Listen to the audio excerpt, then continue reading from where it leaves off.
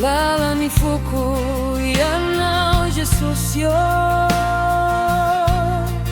Tiataka luku aniza niza Tiusuluku ninunani nunai Fatra mi farani Nantika siyanao Hatra mi farani Fokizay mamini fokweti Diaume kwana Nahandawa ya zizo tontolo izao Izao ti alaminao Nafali yao nalaelu au Tiufuane yao Narari yao nani atu lauzanao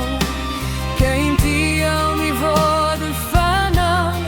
Anau adveni farani Tikanyawe Tena mami kwe